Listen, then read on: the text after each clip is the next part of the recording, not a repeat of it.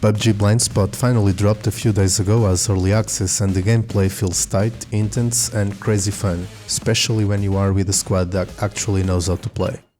Now, first things first, I'm not a top-down shooter guy, I find the perspective a bit detached.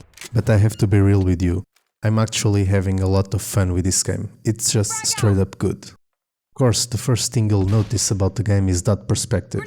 We're looking at a top-down isometric tactical shooter.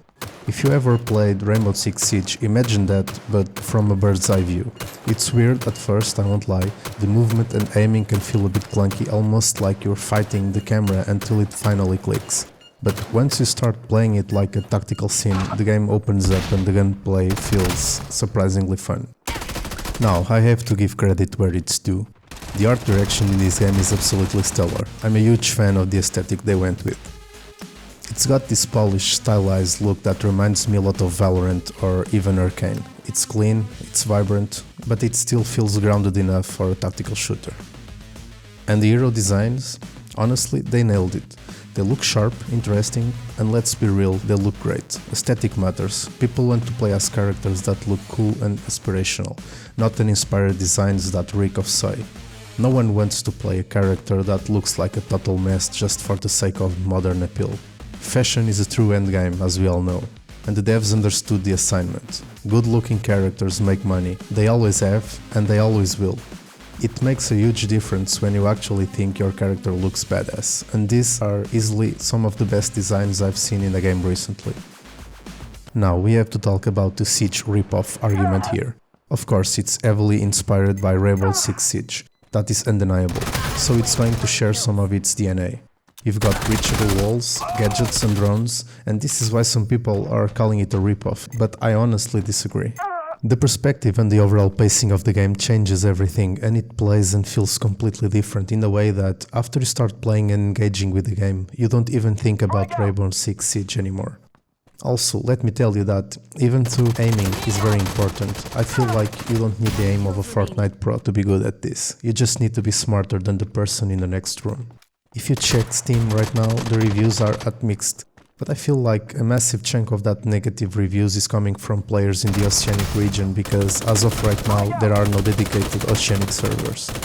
For a tactical shooter where millisecond counts, playing on a 200 plus ping is a deal breaker, so I totally get the frustration there. However, if you are lucky enough to be near a server hub, the experience is actually pretty smooth. The servers have been fine for me, and the queues are non-existent, so you find matches instantly. If you judge the game for what it is, you'll see it's a good game. Even if it's not your style of game because of the top-down perspective, this game is a blast. It runs great, it looks good, and I actually love that they included a team deathmatch mode. It's the perfect place to warm up and practice the gameplay without the pressure of a 5v5 objective round. Now, it's not perfect though. Some of the hero skills feel a bit busted right now, especially the intel characters. In a game built on stealth, having a gadget that reveals enemy locations is a massive advantage, and I even think it's an overall downside, to be honest. But what I'm really worried about is the meta getting stale. You know how it is, you log in and every match has the exact same 5 characters because that's the winning combo. I've seen it happen in Rainbow Six Siege, I've seen it happen in Overwatch, and let's be honest, in Blindspot it won't be any different. No one can balance an hero shooter with so many different operators, guns, gadgets and all the other stuff. However, I hope it stays more about the gameplay and position than who has the most OP set of skills.